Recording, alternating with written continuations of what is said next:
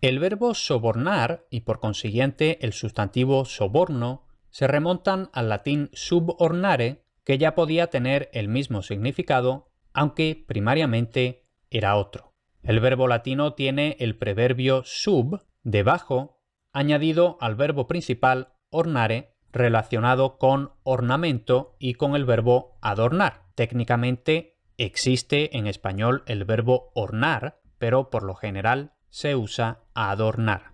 Y aquí ya podemos empezar a vislumbrar el significado de sobornar, adornar por debajo. Pero como decía, el significado originario del verbo era neutral, de proveer, equipar, dotar, armar, sin que ni siquiera tuviera que ver con adornos físicos o bonitos, tal y como solemos entender actualmente cuando hablamos de adornos. Aquí tenemos una cita de Séneca, Epístolas Morales a Lucilio. En negrita, justo al final, dice subornatum. Esto traducido literalmente sería sobornado.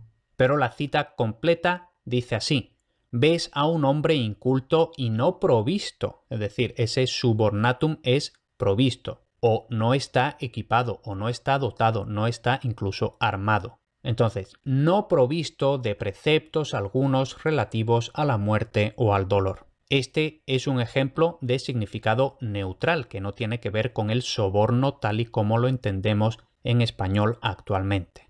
Otro ejemplo, en este caso de Cicerón. De nuevo vemos justo al final de la cita subornes. Este ejemplo lo traduzco así: tú, querido Cicerón, lo que ya has hecho, eso procura seguir haciéndolo. Con diligencia y vigor provéenos a nosotros, que estamos en la línea de batalla.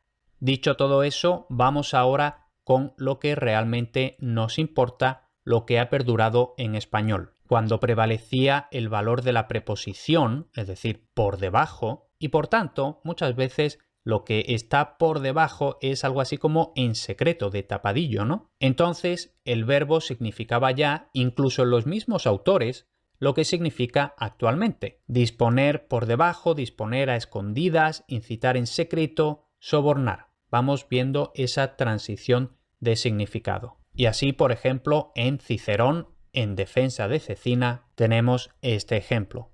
Así pues, en otras disputas y juicios, cuando se cuestiona si algo se ha hecho o no, si lo que se alega es verdadero o falso, y cuando el falso testigo suele ser sobornado y se introduce documentación falsa, etcétera, etcétera. Entonces aquí vemos que lo que en latín es subornari lo traducimos tal cual como ser sobornado. De forma bastante gráfica podemos imaginarnos el significado de forma muy literal.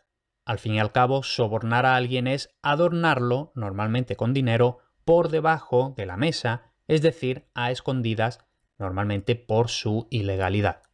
Y por último, en español la palabra es un cultismo.